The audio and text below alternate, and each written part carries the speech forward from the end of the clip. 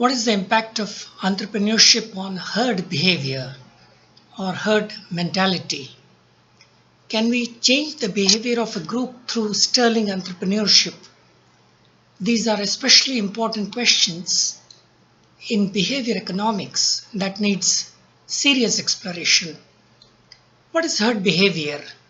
I'll try to explain by giving a few examples to drive the point home.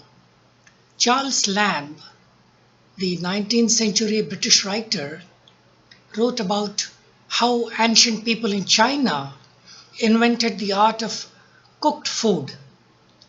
He described a primitive time in China where people ate their food raw without any meat. One day, a father left his house with instructions to his son to guard it. But the son accidentally set the house on fire. Some of their pet animals were in the house, which was engulfed in the fire. Their family pig was also one of them. The father came back, poked around the house, and his fingers happened to get stuck in the burnt pig. And of course, it was hot. So he put his fingers in the mouth to cool it, and it tasted delicious. That was the eureka moment he discovered the art of cooking roasted pig. From that day on, every time a villager wanted a roasted pig, he burned down his house. What is the moral of the story? It's twofold. If you do not understand why the pig gets cooked, you are doomed to waste a lot of houses. Another moral seems to be that blindly following someone just because he accidentally produced something like a roasted pork, you are going to lose your critical reasoning faculties and lose your identity. We see examples of herd behavior in our daily life. Indian parents want their children to be either doctors or engineers. If a film or a television serial becomes a box office hit, then within no time we can witness several clones in multiple avatars hitting the screen. Herd behavior is a phenomenon in which individuals act collectively as part of a group, often making decisions as a group that they would not make as an individual. There are two generally accepted explanations of herd behavior. Firstly, the social pressure to conform means that individuals want to be accepted, and this means behaving in the same way as others, even if that behavior goes against your natural instincts. Left alone, one is very peaceful, but in a mob, he can pelt a stone on others or can even torch a bus he used to commute daily. Secondly, individuals find it hard to believe that a large group could be wrong and follow the group's behavior and direction in the mistaken belief that the group knows something that the individual does not. Have you not heard the phrase, two heads are better than one? This is described as the bandwagon effect or groupthink. In short, herd behavior is about making a decision based in part on the behavior or choice of others. A classic example of the bandwagon effect is the famous Abilene paradox. What is this paradox? In this anecdote, four guys from Texas are relaxing at home. It's very hot and humid outside. One suddenly suggests taking a trip to Abilene, which is far away, for dinner, and another, who has reservations about the idea because the 53-mile drive is hot and dusty, agrees just to be polite. A third, who does not want to go out but does not want to defy the wants of the group, also agrees. And a fourth follows suit.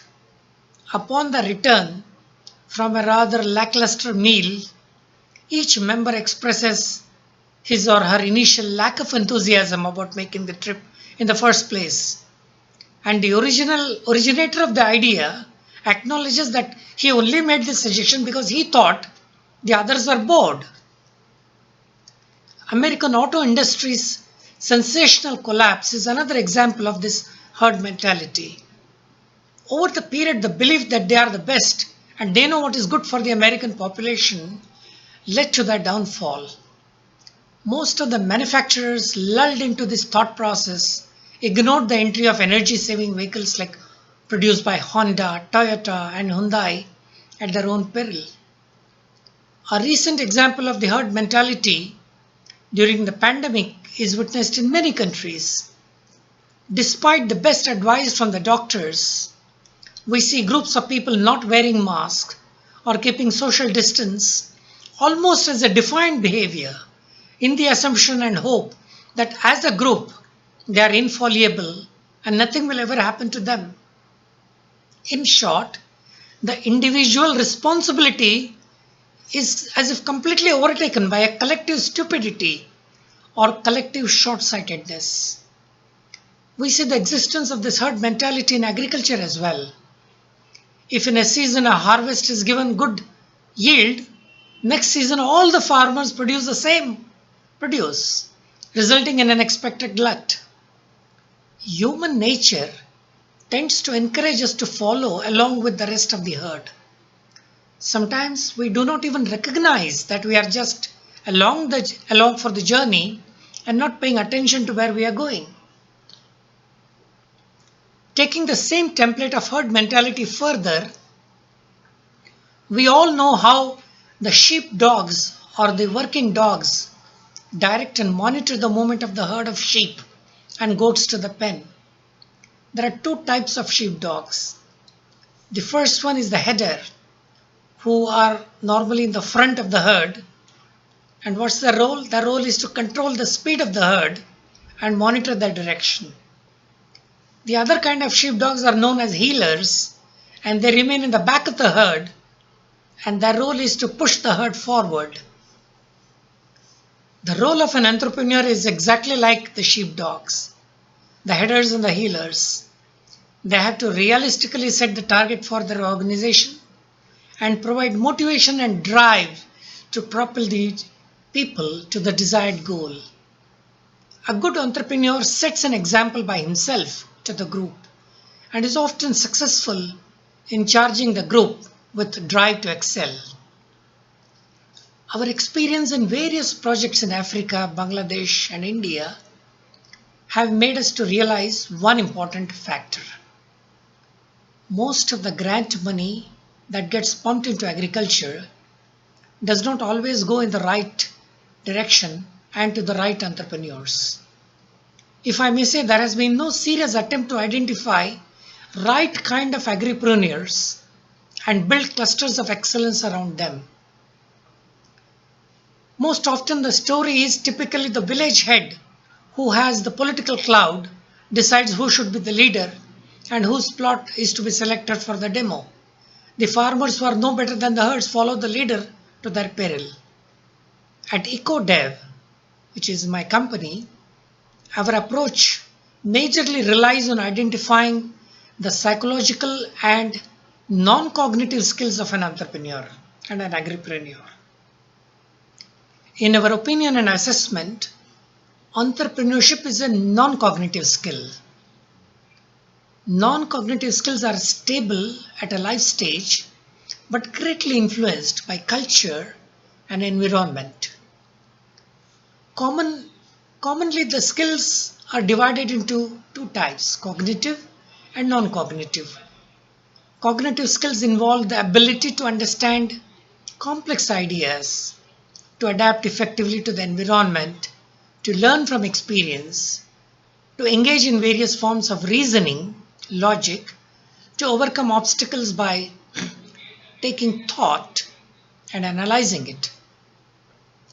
They include our mental faculties that are used in thinking activities, including reading, writing, and numeracy. Non-cognitive skills, on the other hand, are patterns of thoughts, feelings, and behaviors that are socially determined and can be developed throughout the lifetime to produce value. Non-cognitive skills comprise personal traits, attitudes, and motivations. By deploying our psychometric tool, which we have named as Empower You, we measure several non-cognitive traits, 14 to be precise, that forms the constellation of entrepreneurship. These are the ability to do seamless networking with others, ability to influence and also to listen to others, ability to empathize, drive to succeed, believe in self, awareness about what is happening around us and within ourselves, passion for work, self-confidence, extroversion, conscientiousness, openness to experience, and our ability to delay gratification versus impulsiveness. As is well known, one of the problems in agriculture is the smallholders' farmers' inability to obtain loans from banks and microfinance agencies. Most do not have any collaterals or history of previous loans. Loan officers have a very straight-jacketed, horse-blinkered questionnaire that will automatically reject all these farmers as they have no collateral, no loan history, nothing to support their application. Typically, then, loans are given to those who have no intention to pay back but are able to fill the questionnaire satisfactorily. Here we at EcoDev have also designed a psychological creditworthiness assessment tool that most reliably and accurately identifies honest, truthful, and someone who has a willingness to repay the loan, that kind of borrower, farmer.